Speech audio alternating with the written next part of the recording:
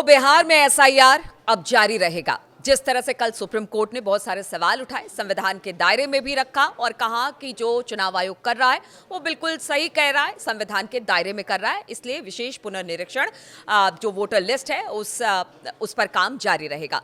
लेकिन देखिए, इसी बीच बड़ी खबर अब सामने आ रही है। कहा यह जा रहा है कि अब जो एनडीए है उसके जो सहयोगी दल हैं वो अब कहीं ना कहीं इसी एसआईआर से अब डरे हुए हैं।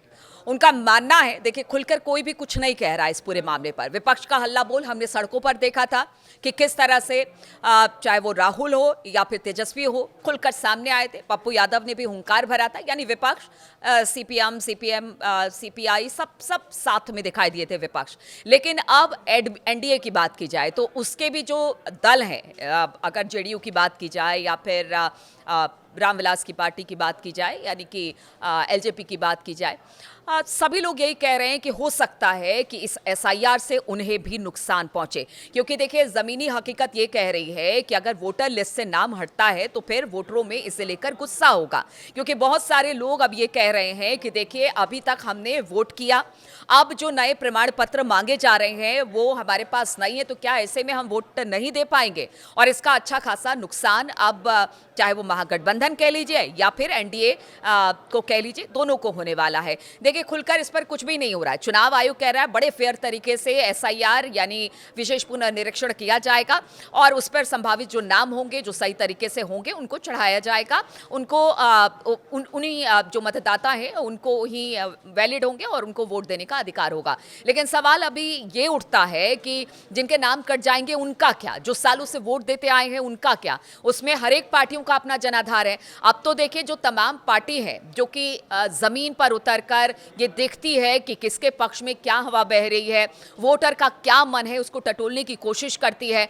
अब बीजेपी और उसके यानी कि एनडीए, जिसमें जेडीयू और रामविलास की पार्टी है यानी एलजेपी रामविलास है और बाकी दल है, वो सब यही कह रहे हैं कि जो उनको फीडबैक मिल रहा है उसमें यही कह रहा है कि लोगों में नाराजगी है। लोगों का कहना है कि जब हम वोट ही नहीं दे पाएंगे तो ऐसे एसआईआर का क्या? ऐसे ऐसे डॉक्यूमेंट मांगे गए हैं जो हमारे पास नहीं है।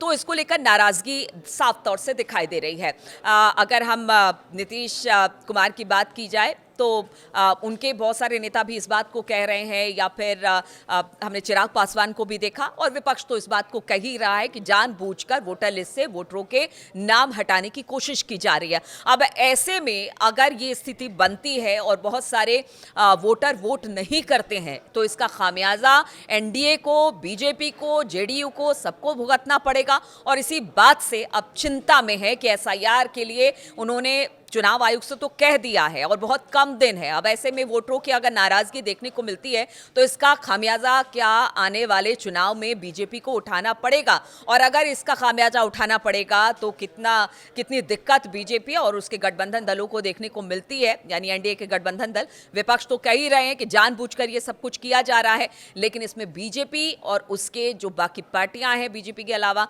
उन सबको नुकसान हो रहा है। हालांकि खुल के कोई भी इस पर कुछ नहीं कह रहा है, लेकिन देखिए, विपक्ष का हल्ला बोल, विपक्ष का प्रदर्शन, विपक्ष की ताकत, हर कुछ दिखाई दे दी है। लेकिन अब जो एनडीए के दल हैं वो भी चिंता में है कि अगर इसी तरह से एसआईआर हुआ और लोगों में नाराजगी हुई, वोटर लिस्ट से उनका नाम कटा, तो फिर क्या होगा?